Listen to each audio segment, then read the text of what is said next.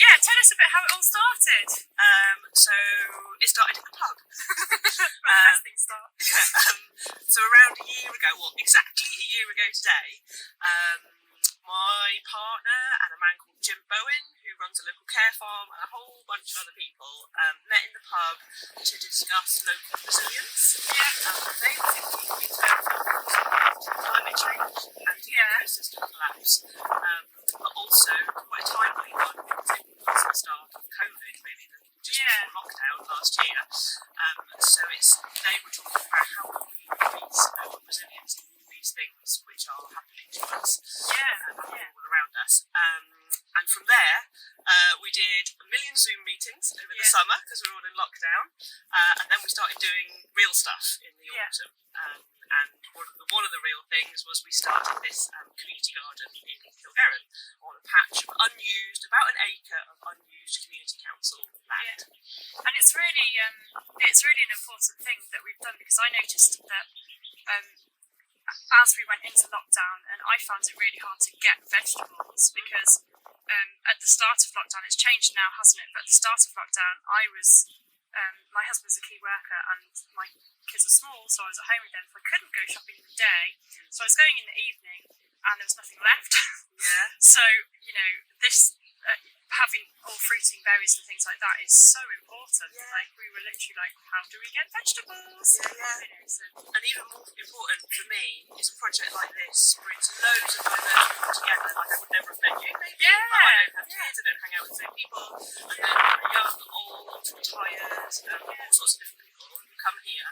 And we all now know each other, and we're keen on the same stuff. We reach out to other people and them as well. And we will help each other out if I'm bad. Important that the great thing growing fruits and definitely.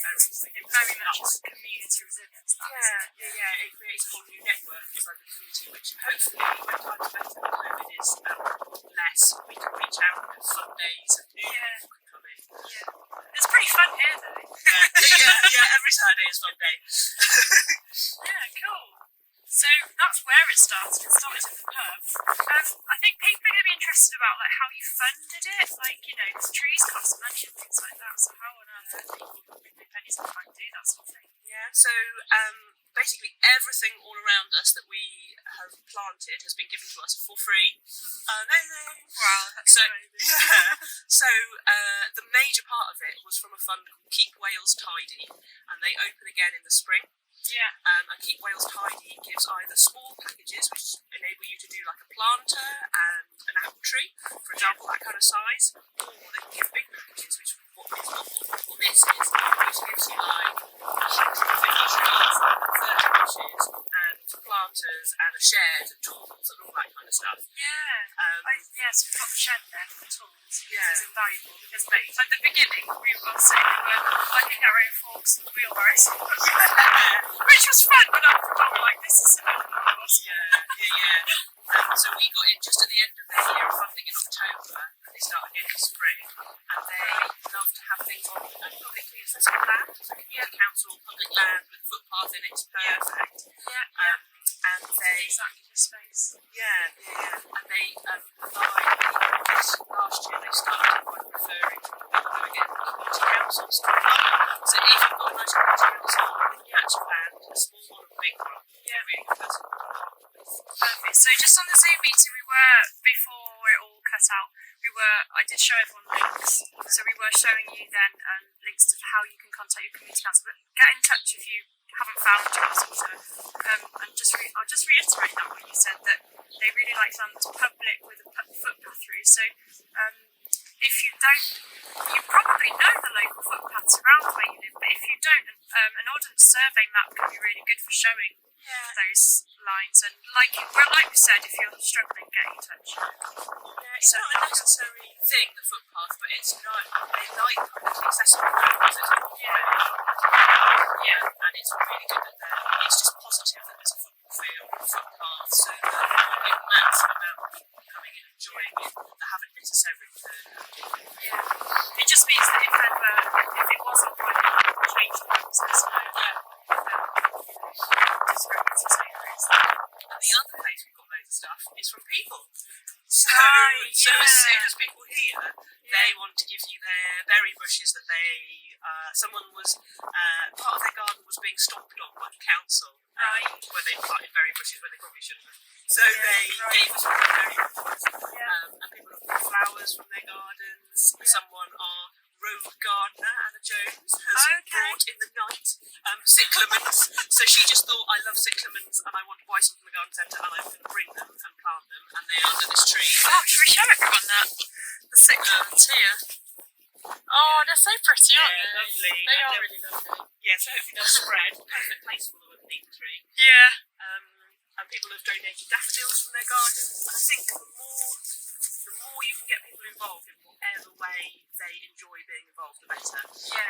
Because some people don't want to come here every Saturday. Some people don't have money to spend on flowers. Everybody's got something that they can contribute. Yeah. Certainly we want to come here every Saturday, but we're not able to because there's 3 small people involved and they don't always want. They want to, but sometimes it's difficult. So yeah, that's really nice that everyone just does kind of what they can. Yeah.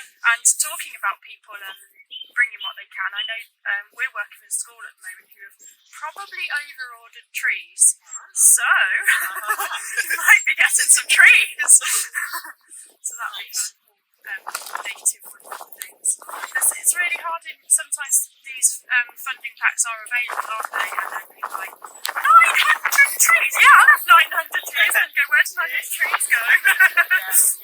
Easy to do. Yeah, it is easier than you think to do. I think that's probably everything that people might want to know. Unless you've got any other ideas about what people might like to know about doing something where they live. So I thought about some thoughts about like what advice to give, and one of the first things to do is to volunteer with people who are doing it already, because that's what got me started.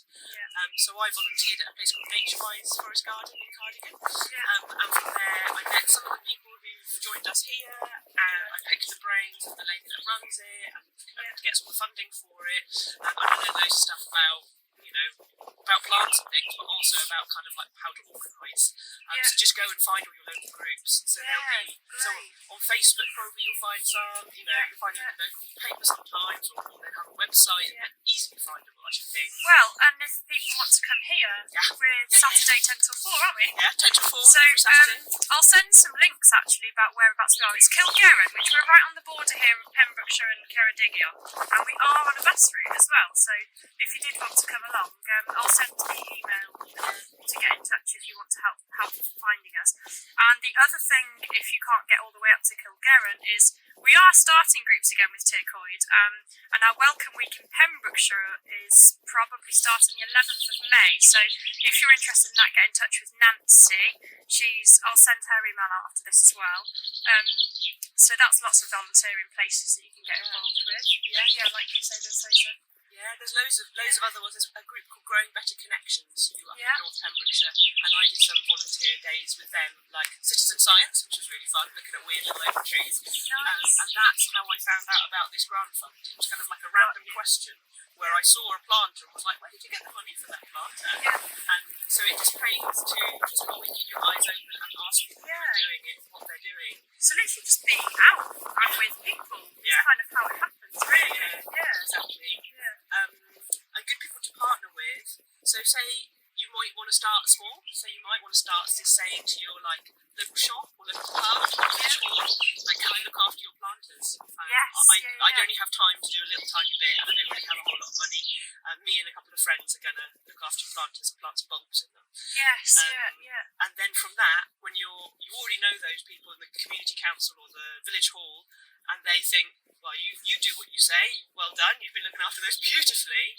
Now when you ask to use a bit of our land, they already know who you are. Absolutely. And that you are a responsible person. Yes, and as well as this, what's going on here, down at the Tyvian lockdown, there was a guy who just basically in lockdown was like, well, I have nothing to do now and I can't meet with anyone, so he just took some tools from his own shed and went and cleared the brambles. He didn't ask the community council, can I go and do this at the Tyvian?